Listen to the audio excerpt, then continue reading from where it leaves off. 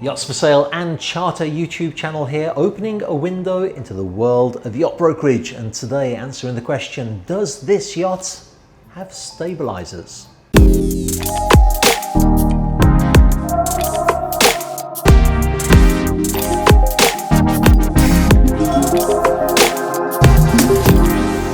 So does this yacht have stabilizers? Well, in this case, this yacht was a Sunseeker 28 meter that I filmed a few years ago now and drew a lot of comments. Cianosi Dio said the sea wasn't even that rough and it was moving around quite a bit. Very noticeable, to be honest. Randy Beasley was a little bit less polite. He said what's that? He said there's no gyro on that freaking thing, bouncing all over the place out there. But I do love the lines of Sunseekers. Whilst Richard H said, think you should get those stabilizers checked out. Felt giddy watching it in calm seas. Well, as I mentioned, those comments and many, many more were relating to a film that I did of a Sunseeker 28. And Richard, you're absolutely right, the stabilizers weren't working on the day of filming. But I've noticed quite often in a lot of the videos that I produce that people comment on yachts rolling around and figure immediately there's no stabilizers. So I did want to do just a short vlog on exactly that subject, because gyro stabilizers, which are for zero speed use essentially, have only been around for a limited period of time in the luxury yachting industry. Originally, yachts which were going a little bit slower would have stabilizer fins, which were just fixed, pretty much fixed appendages underneath the hull, because they'd be moving slowly through the water, and as the waves come from one side, even as they moved, they'd rock, and so those stabilizer fins limited the rocking a little bit. Then with time the fins would move to be able to sort of tweak and fine-tune that stabilization, and then eventually they even were made so that at anchor the fins would move to keep the boat fairly stable.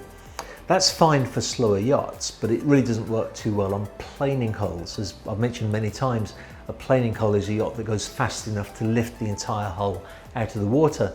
And the moment you put fin appendages on the bottom of the yacht, you're going to slow it down and it may not even get onto the plane. So enter the gyroscopic stabilizers. When I was working for Ferretti Group, when they made a revolutionary deal with Mitsubishi to be the first people as standard to put gyro speed Mitsubishi stabilizers on all of their yachts. Now remember, at the time Ferretti Yachts wasn't just Ferretti Group wasn't just Ferretti Yachts. It was also Riva, Pershing, Apre Amari, Bertram, Custom Line, Itama, to mention but a few. It was a big group of yacht builders. It still is, although some of those brands are no longer part of the group. But that was a big decision to put all of the yachts with Mitsubishi gyro stabilizers. Pershing, as a matter of fact, I remember very, very vividly that the CEO of Pershing at the time, who had founded the company, objected quite a lot about the thought of having gyro stabilizers because they're very heavy. The way they work, and I'm no technician or engineer, but basically it's a similar system to a spinning top. If you have a spinning top on the palm of your hand and you move your hand this way and that way, the spinning top will always stay vertical.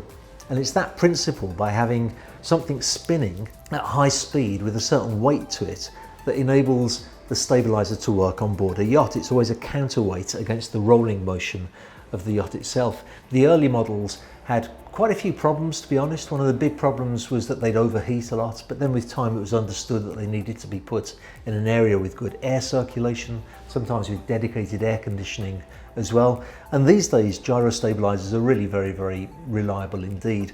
As a matter of fact, I went to visit a yacht in Fort Lauderdale when I was there the other week, and they were just waiting for a spare part on one of their stabilizers. They knew exactly what they needed. It's a usual maintenance thing. They just replaced the part and off the yacht went with a perfectly functioning stabilizers.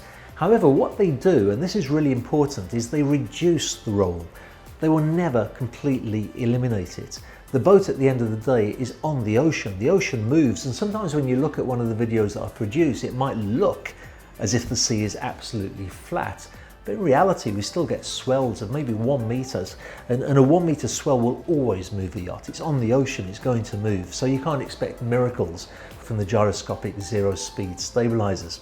Funnily enough, and I'm going to put a link to this in the description below, there's a fantastic YouTube channel called Producer Michael. If you've never seen it, you should absolutely watch it. Producer Michael is a very, very wealthy English guy that lives in, I think, LA or Beverly Hills, somewhere like that. He is a film producer and he shows you the various luxury things that he buys. He was interviewed once as to what the most expensive thing was that he ever bought, and of course it was a yacht. However, he tells the story that he goes out to sea on the yacht for the first time only to discover that he's seasick. So then he had to bring it back into port, sell it, and he lost his shirt on the sale of that particular yacht. Great YouTube channel to watch. I'm going to put a link to that specific video in the description below. But that video also reminded me of something else, because another thing that producer Michael talks about a lot is luxury watches. And a few weeks ago, somebody asked what my watch is. Unfortunately, I can't find their comment, but I did answer it. I told them it's a Rolex GMT Master 2 and that I had a very good story about when the watch was given to me. I promised him I'll tell the story, so here it is. So, years ago, second yacht I'd ever sold as a yacht broker, and I was negotiating with the buyer. The buyer had come over from the Middle East and he brought his friend with him as well. These were the days when everybody was using a BlackBerry. I don't think the iPhone even existed back then. And for those of you that don't know, the BlackBerry was like a little handheld device that you could use as a telephone, or also to do your emails. There was always like a little red light on it that would flash when you got an email arriving, which was really exciting at the time because this is very early internet days. So we'd been negotiating. We were, I think, 150,000 apart on price, if my memory serves me well. And the buyer made it very clear that he'd just put down his last offer. It was like, that's the offer, let me know if it's acceptable or not. And he looked down and started doing his emails on his BlackBerry. I went away and I made a telephone call to the seller, and I came back and I said, here's the thing, we're 150 apart on price. The seller said he'll drop his expectations by 50. I'll put in 50 of my commission if you're prepared to also put in 50 to make the difference. He looked up from his BlackBerry, big grin on his face, put his hand out to shake my hand, and his friend standing at the side of him went, Abdul, buy him a Rolex. And you know what? He actually did. I remember that deal took about 3 months to get the paperwork together. There was some complications with the paperwork. The person who was supposed to be doing it for me wasn't able to. I ended up phoning up the Cayman Islands, and anyway, I got all the paperwork together. And unusually, the buyer actually flew over for the handover of the yacht, which was done in international waters. So he came onto the yacht with his suitcase, went below deck, we went out into international waters, made the handover, he went below, came back with a green box with Rolex on it and handed it over to me, which I thought was a tremendously honourable and generous thing to do, and I've worn it ever since. So that's that story. Hope you enjoyed this vlog. Do let me know what you think of this style of vlogs, and don't forget to not smash the like button, but just delicately press it with your finger.